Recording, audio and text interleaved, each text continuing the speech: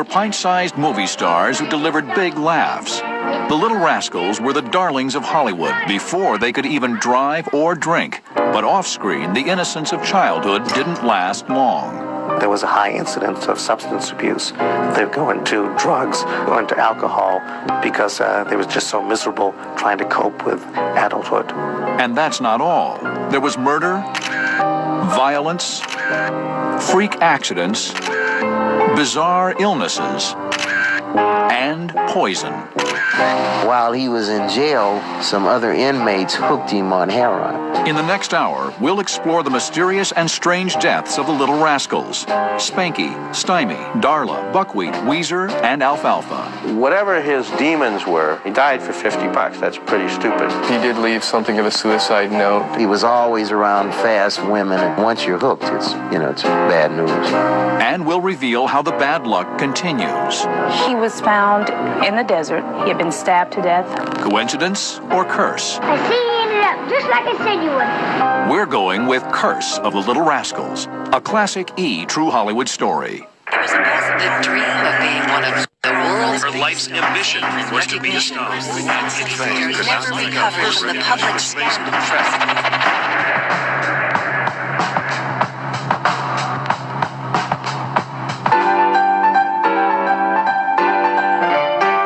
Back in the early 1900s, the motion picture industry was just getting started. Audiences loved the new phenomenon, and silent films were packing in people across the country.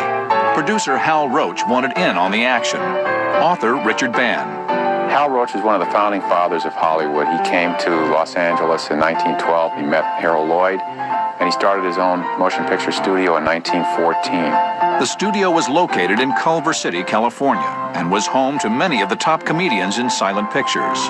The Lot of Fun, as it was known. There were the Harold Lloyd comedies, the Snub Pollard comedies.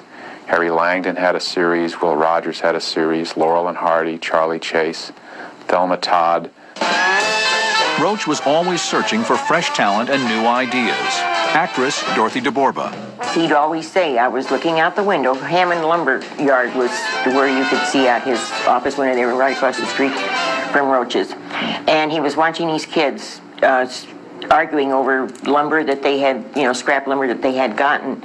And he got this idea in his brain.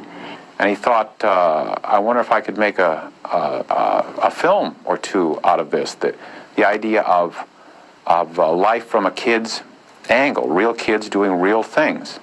And from that experience sprang what became the Art Gang comedies. From 1922 until he sold the series to MGM in 1938, Hal Roach produced 169 Our Gang films. The film series was renamed for television in the 1950s to The Little Rascals. Roach wasn't interested in casting pretentious child stars. Steve Ramsey runs a Little Rascals website. He just had a knack of knowing if a kid looked real and acted real, and I think for the most part the kids didn't really realize that they were becoming Hollywood stars or anything. They were just real kids. They were having fun. From 1922 to 1928, Roach's studio churned out 88 Our Gang comedies.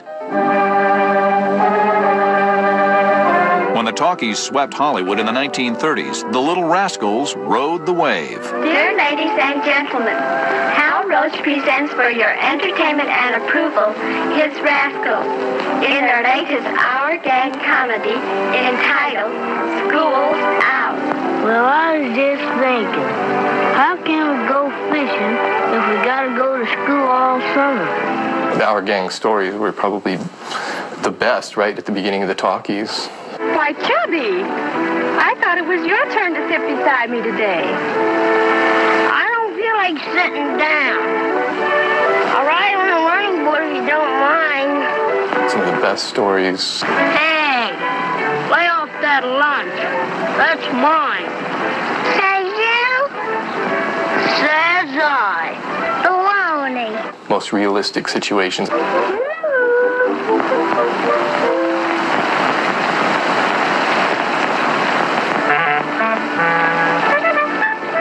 They're the funniest ones.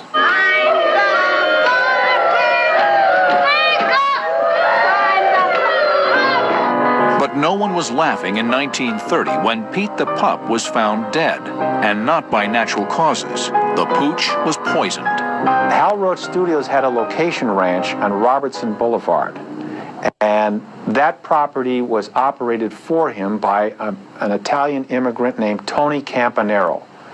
And it was called the Arnez Ranch. All these animals were at the Arnez Ranch except for Pete the pup. Pete was owned by a man named Harry Lucenay, and Tony Campanero was jealous of Harry Lucenay. When they're making Teacher's Pet, Pups as Pups, and so on, the dog, Pete, was poisoned. And they were never able to prove conclusively that it was Tony Campanero, but everyone suspected that it was. There was more bad news on the way for the Little Rascals. In 1931, 13-year-old Norman Chaney, better known as Chubby, got the sack because he was too old. The child star returned to his hometown in Maryland, where he tried to live a normal life. By 1935, Norman ballooned to 300 pounds. The 17-year-old became sick and underwent an operation at Johns Hopkins for a glandular condition. I think that he would have been diagnosed and treated today. At the time, I don't think they had anything they could do for him, and he just kept gaining weight. After surgery, Chaney's weight dropped to 136 pounds, but the operation proved too much for Chubby. Former child star Paul Peterson. Now remember, this is mid-30s, and the surgery they proposed was frankly very risky, because surgery is. And sure enough, he had complications after surgery. Chubby became gravely ill and died on May 29, 1936. Norman was only 18 years old. Back in Hollywood, producers couldn't keep the Little Rascals little forever. The series became a revolving door for child actors. I think people don't realize that there were different sets of the gang, because the R Gang started in 1922. And as we got too big, too leggy, then we were out, more or less, we left the cast, and there was another girl or another boy to come in. I'm Farina, and he's Buckwheat. You said it. By the mid-1930s, the Little Rascals seemed to be more popular than ever. Few fans knew the kids' real names, but that didn't matter. Alfalfa, Buckwheat, Stymie, Darla, and Spanky rivaled grown-up stars like Gable, Garbo, Davis, and Crawford. The Our Gang stars, Carl Switzer, Darla Hood, George McFarland, and Bill Thomas, were legends in their own minds. By 1936, 8-year-old Carl Alfalfa Switzer already had a reputation for being difficult. Say, what's this thing all about? Oh, that? It's just a contract to starman opera. That's all. I see my name in lights now. People reporting. Crowds after autograph. Oh, it's beautiful. Co-star Jerry Tucker played the nasty rich kid. Alfalfa, he just did his own thing. Sometimes when the director would say, Alfalfa, you're wanted on the set, they couldn't find him. People kind of leaned over backwards for his antics. He wasn't liked by too many of the kids because he felt that he was the big star of the whole thing and that everybody should kind of kowtow to him. Come on, Porky, I gotta get my rest. Darla Hood said she was at times terrified of Alfalfa. Darla wasn't the only one. As time went on, the Little Rascals became little prima donnas. Actor Carl Switzer led the pack, but the kids' days of fun and fame were numbered. Coming up, Alfalfa puts the M in mean. He would take big nails in his pocket and stick it into the other kids. And later, the curse of the Little Rascals. Before they were going to land, the plane crashed.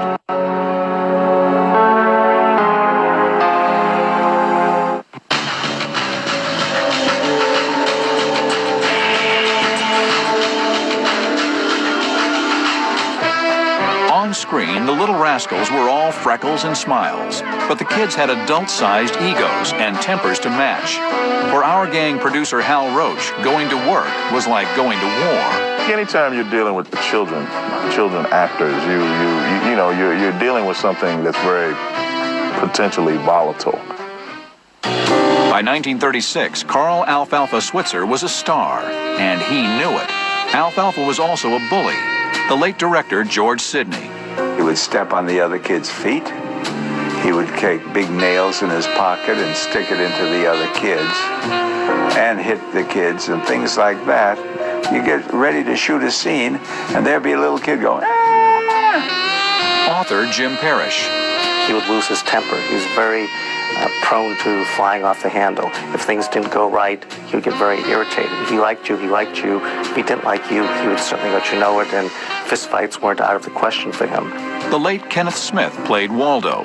And my dad told me a story that I didn't remember, that Alfalfa had thrown a firecracker at my dad as he was walking someplace, and it exploded, on my dad's back.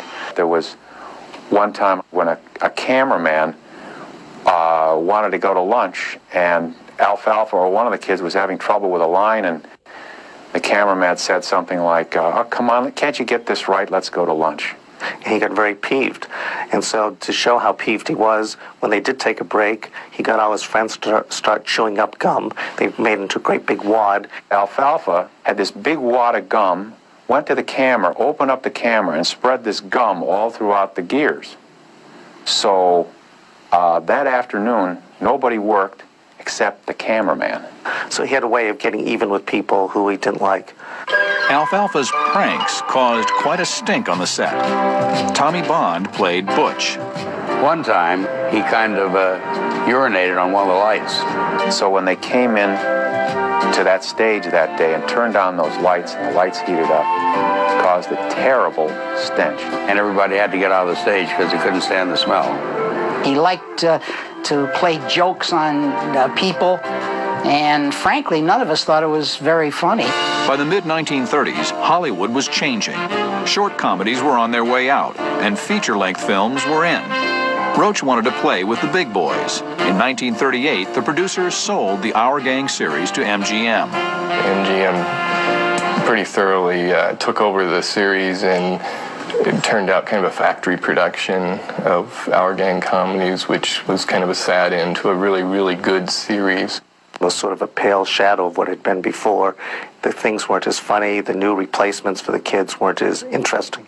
The studio wanted to make everything look too pretty and too nice. Good evening, folks. We open our swing show with a hot number led by that king of swing, Cam Buckley. And it ruined the whole natural flavor of what the series had been with Hal Roach in the beginning. By 1944, the Our Gang series had run its course. It should have ended probably 4 or 5 years before it did end. I think it was just a money decision. MGM just found out that there wasn't really any point of doing this when they could produce, Tom and Jerry and cartoons. If they wanted short films, it was much cheaper to do that than produce a short comedy. And I think the times were just changing, and people were going to see features.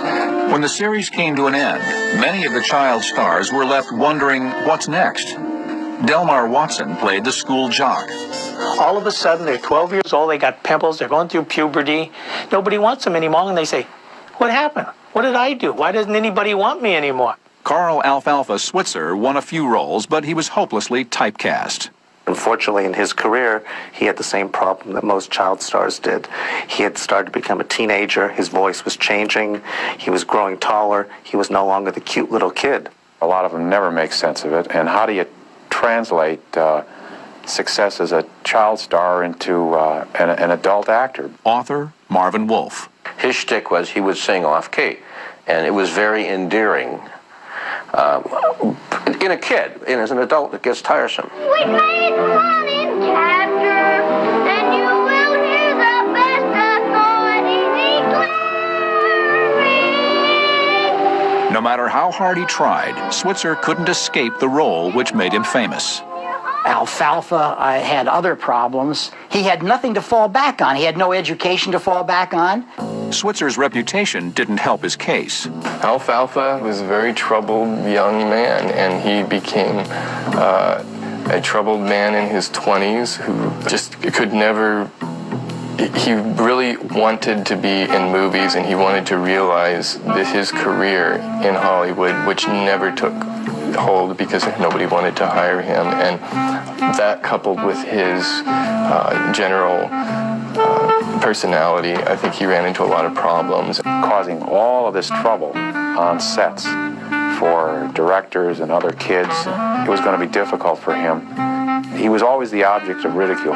In the middle 40s, he did come back in a very low-budget junior version of Our Gang, sort of as teenagers, and that was called the Gas House Kids. And that lasted 2 or 3 entries, and then that one kapoof. And that was really the basic end of his starring years. Film studies professor Todd Boyd. Anytime you take a child and you put them in this shark-infested world of popular culture, and the time comes when they can no longer trade on that, when they have to be normal adults like everyone else, they're back in the world, and their mind has been manipulated at such an early age, yet now they're told to exist alongside everyone else, but they haven't been properly prepared to do so. Many of the Our Gang stars found themselves in the poorhouse.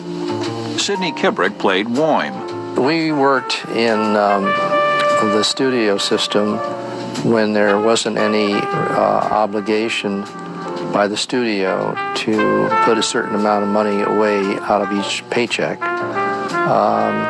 and for our future. Oh, how I wish that residuals were paid. No, we did not get a nickel. We got paid for what we did, and that was it. But money wasn't the kids' only problem. There was a high incidence of substance abuse. They would go into drugs or into alcohol because they were just so miserable trying to cope with adulthood. Coming up. He died for $50. That's pretty stupid.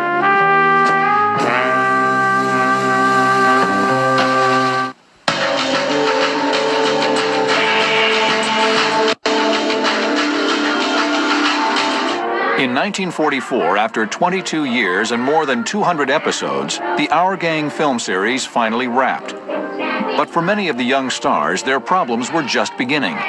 Growing up outside the spotlight was painful, and for some, deadly. Child stars wonder why at 12 or 13 they're a has-been and why they're the object of ridicule. Life was tough for the Little Rascals after the series shut down. Some of the cast members tried to make it as civilians, but the curse was never far behind. Little Rascal alum Robert Wheezer Hutchins didn't have lofty goals. He just wanted to be a regular kid. After graduating high school in 1942, Robert pumped gas for a living. The next year, he joined the Army Air Corps and served his country during World War II.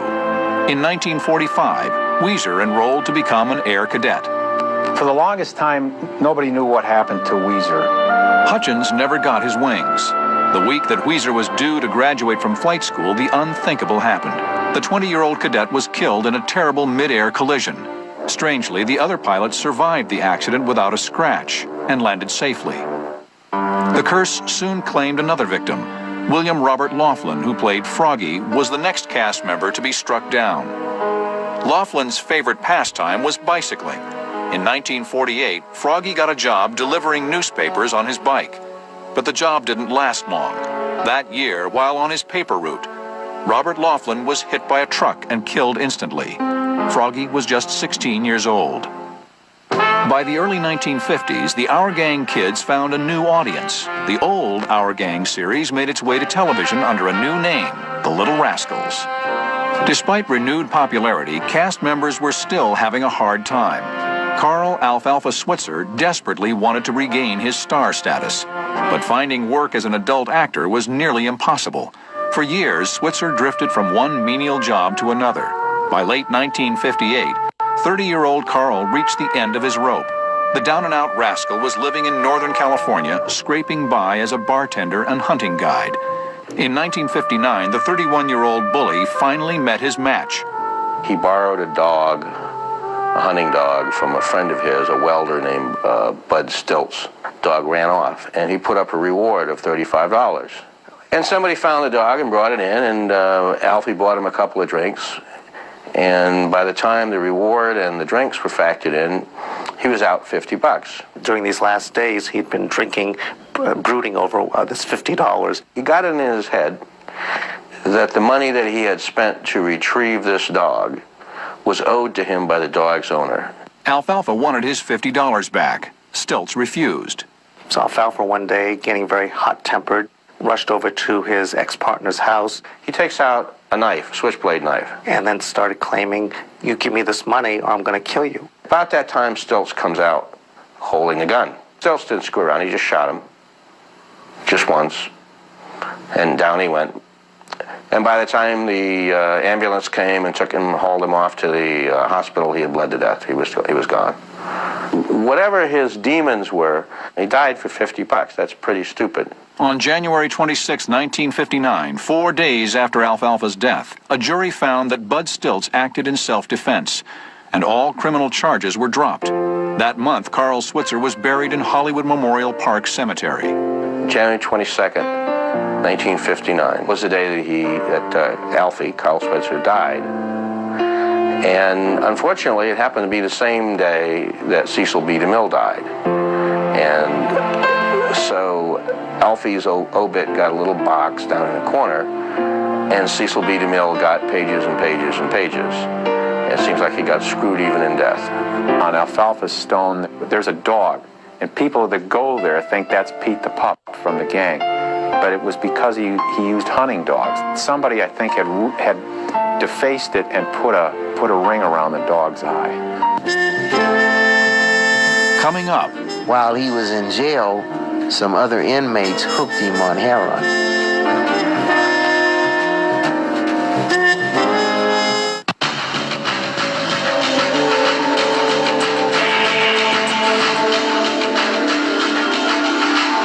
In 1959, Carl Alfalfa Switzer bullied his way right into an early grave. He was shot to death at the age of 31. But Switzer wasn't the only rascal with bad karma. Trouble also found little Scotty Beckett, a.k.a. Scotty. Scotty had the drugs and the alcohol problem, and again, this chip on your shoulder. Like so many of the Little Rascal cast members, Scotty Beckett wasn't prepared for the rejection he faced as a grown-up actor. He did act after Our Gang in a number of productions, but he was never able to regain what he had with Our Gang, and I think his personality also probably lended for him to become a problem drinker. Suddenly he was started drinking more, getting more unhappy, and the same syndrome that happened to so many other actors. He just couldn't deal with the fact that now he was a young adult and nobody wanted him. And then very soon thereafter couldn't get any more work at all. And then he got into more serious trouble, started getting involved in things he shouldn't have, ended up in jail, got out of jail, went back in jail, promised he wouldn't do it anymore. Beckett's life was a mess. His marriage failed.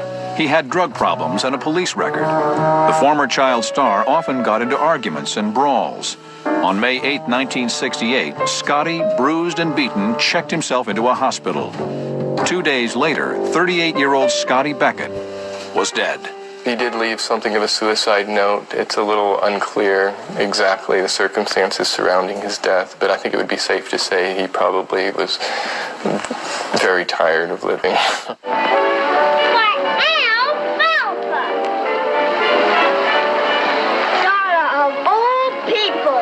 Fate wasn't much kinder to Our Gang sweetheart Darla Hood.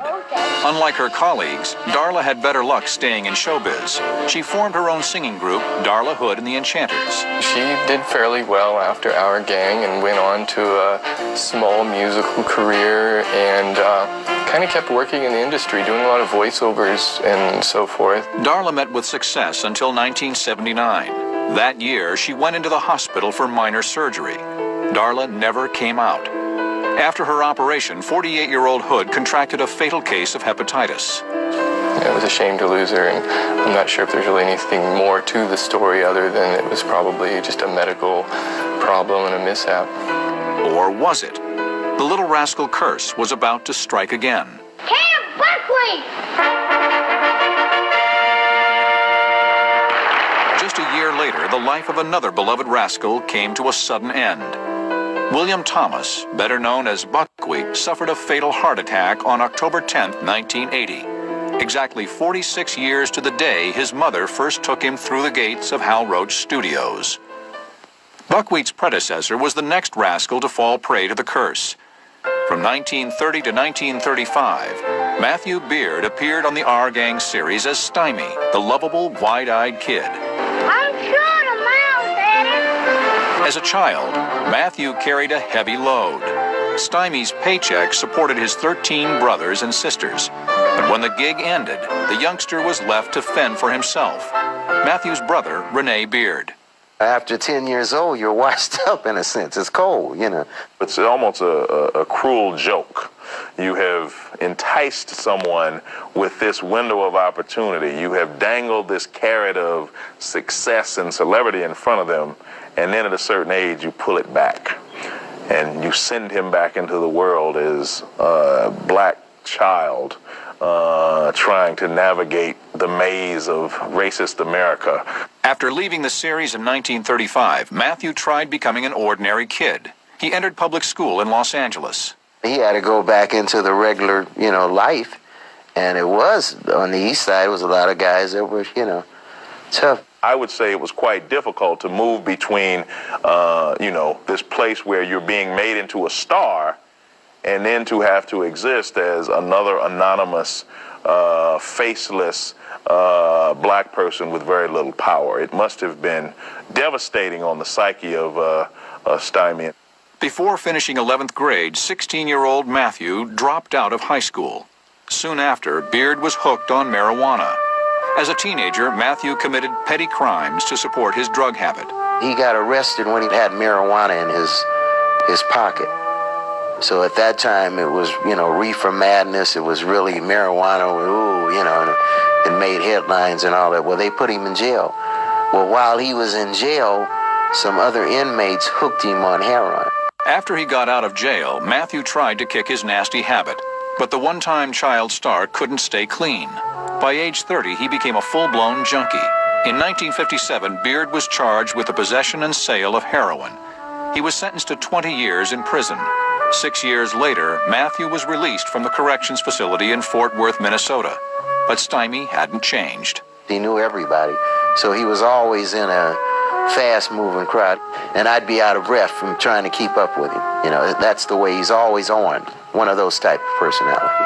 So he was always around fast women and the in crowd, and that's what they were doing. So he got into it that way. And once you're hooked, it's bad news. All that fast living caught up with Stymie.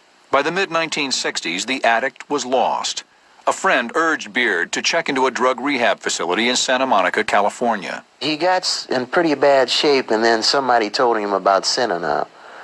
So I think he was so sick, he just literally sat on their steps, and then they took him in. They could really clean somebody and get that out of their system and let them get their lives together. Matthew spent 7 years at Synanon and tried to build a new life for himself. But just as Stymie was getting it together, something horrible happened. On January 7th, 1981, Rene Beard went to visit his brother. When he knocked on the door, no one answered. His car is open. Actually, one of the windows is open on his car. And I said, that's kind of funny. Like if he was going to leave, he would have rolled up all his windows. So I went and started beating on the door and everything, and then I began to hear a little noise, like a murmur, and then I realized he was in there. When I got in there, he had a stroke, and he had fell and hit his head, and he was, on the floor, and I said, Junior, what's, and he just said, fun. That's the last thing he said, and I laid him down in bed and told him to, call the ambulance, and then he kind of just went into like a coma after that, and he never regained consciousness. Matthew was rushed to USC Medical Center, but there was little the doctors could do for the former child star. Stymie contracted pneumonia and died on January 8, 1981. He was only 56 years old. Nearly 4 decades had passed since Matthew Beard appeared on the silver screen. Few remembered, even fewer cared. Coming up, the car that hit him, it was some small white pickup, had to come up over the curb to hit him.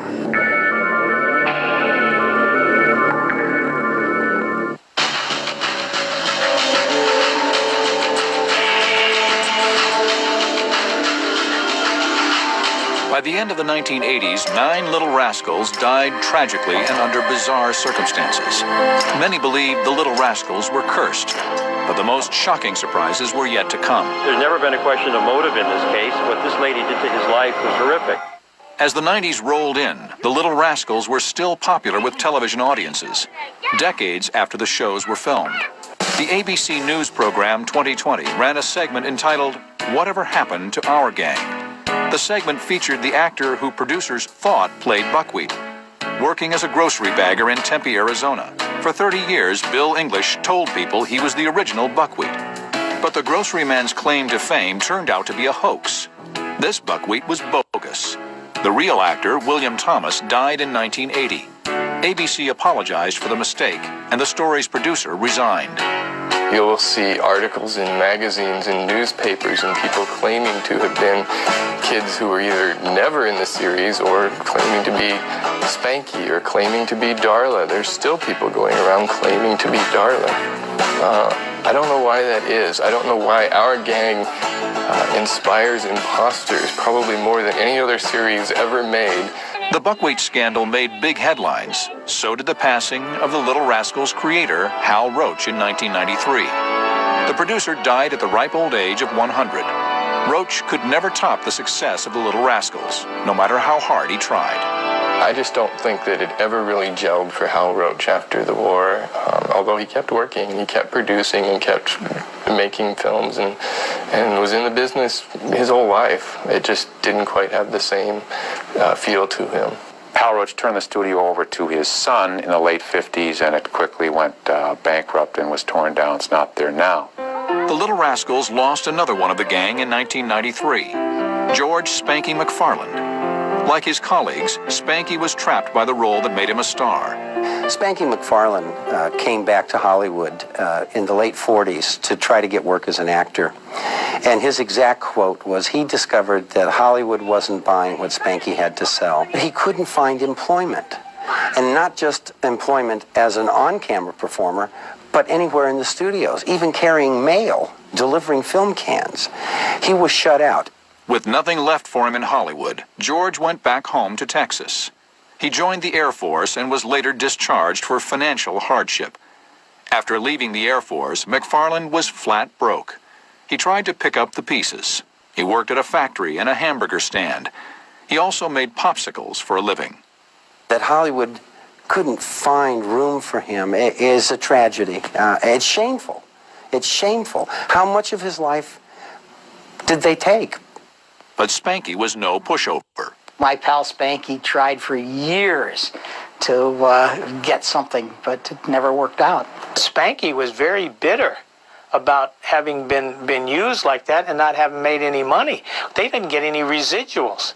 They made movies that they figured would be shown once, and then that would be it. Nobody had any idea that they could ever be shown. At the time, television wasn't around. They had no idea they would be shown there. Of course, video market, they would have never dreamed of such a thing. Spanky McFarland was a mature person, and he fought back for unauthorized use of his images on T-shirts and you know, the kind of stuff that you see at stores all the time with, you know, there's Spanky's face. And he always fought on behalf of the castmates to get some payment for somebody, and it never happened. In June of 1993, George Spanky McFarland died of a heart attack. In 2001, the Little Rascals made news again, but this time it wasn't in the obits. Actor Robert Blake became a suspect in the brutal slaying of his wife, Bonnie Lee Bakley. Blake appeared as Mickey in the Little Rascals. Leads, clues, receiving information, conducting interviews, going in many directions. Nearly 1 year after the shooting, on the evening of April 18, 2002, LAP detectives arrested Blake for the murder of his wife. We believe the motive is that Robert Blake had contempt for Bonnie Bakley. He felt that he was trapped in a marriage that he wanted no part of. Robert Blake denied the charges. In March 2005, after a 3-month trial, Blake was found not guilty. The little rascal who achieved the most success as an adult seemed to outrun the Our Gang curse. Other little rascals who thought they beat the odds were in for a cruel surprise. Kenneth Darwood Smith lived a long and healthy life, only to die tragically and mysteriously at age 72. Smith, who played Waldo, quit acting in his teens. He became a Seventh-day Adventist and later a minister. In May 2002, the Reverend was killed when a truck hit him while he was taking a morning stroll. Smith died of head injuries later that day. They haven't solved the mystery of his death. The car that hit him, it was some small white pickup, had to come up over the curb to hit him. It's one of those dark mysteries. Coming up, the curse claims one more. They found his body in a deserted area near Apex. He was stabbed to death.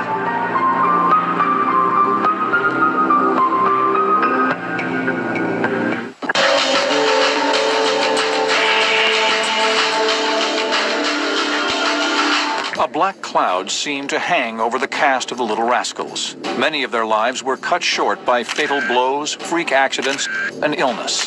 Was it coincidence or a curse? The disappearance of another rascal only added to the mystery. He was found in the desert. He had been stabbed to death.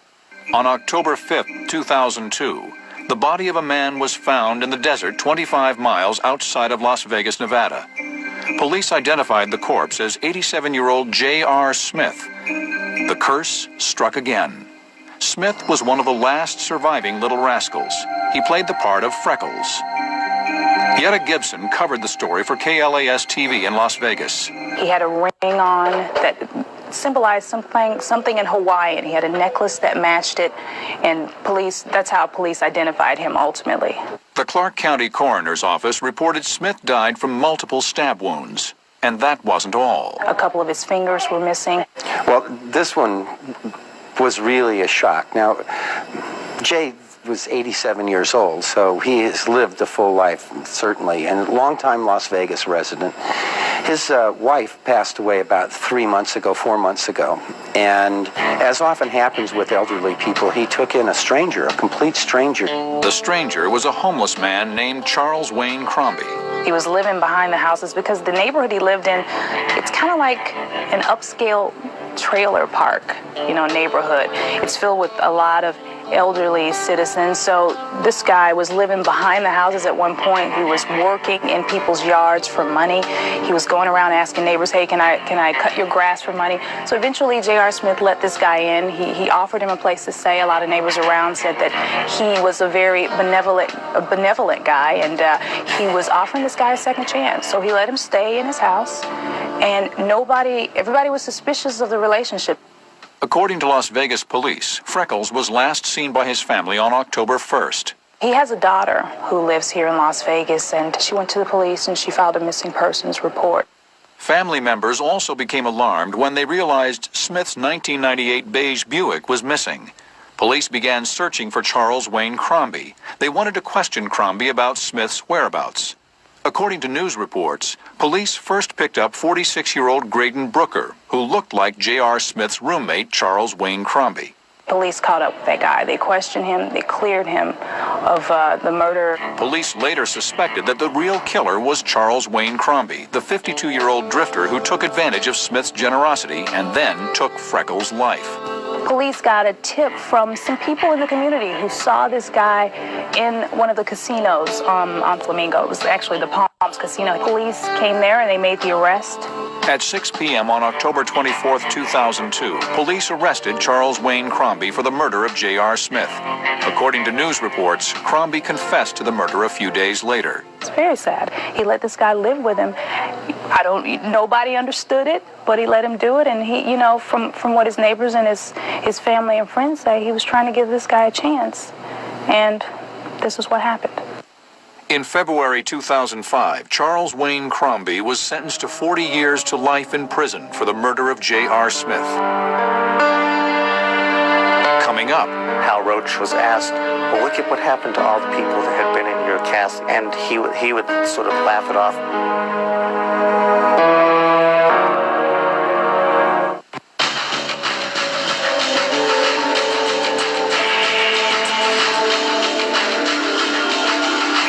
In October 2002, the oldest living rascal was found stabbed to death in the Las Vegas desert. J.R. Smith, better known as Freckles, was a widower whose kindness led to his murder by a desperate drifter. Smith became the latest Our Gang casualty. It's a shame that when a person passes away, the first thing somebody thinks of is something that really should be left alone. The Little Rascals' misfortunes are curious to say the least. Creator Hal Roach didn't put much stock in the theory the show was cursed. Hal Roach, who produced and created the Our Gang, lived to be over 100. He often was asked, well, look at what happened to all the people that had been in your cast. This one's dead, this one's in substance abuse, this one, whatever. And he would sort of laugh it off. A lot of people have messy ends. They just do. And we begin to string these things together, these stories together, and we think, oh, it's a curse. When the fact is it pretty much matches the demographics of death across the country. We all have the brook of life to cross. And when you're going across that brook, there are rocks that you're going to step on. And sometimes we slip and sometimes we don't. It's a shame that things like this have to happen. No other film series has lasted as long or been as cherished by so many. The innocence that was portrayed with a bunch of kids. Maybe the mice had it. Maybe the mice had it. I'm sure the mouse had it. Trying to find ways to enjoy themselves. And it's just the innocence. I think that's the beauty of the Little Rascals. I think that if Alfie were alive today, he'd be so proud and so happy at the knowledge of the people who love him and loved all the kids and the Rascals. I'm a slave to my art. On September 24th, 2005, Tommy Bond passed on. The actor forever remembered as Butch died from complications of heart disease. Bond was 79. People are going to be talking about Our Gang, and they're going to be watching these comedies 80 years from now, just as we're talking about the ones who were originally made 80 years ago.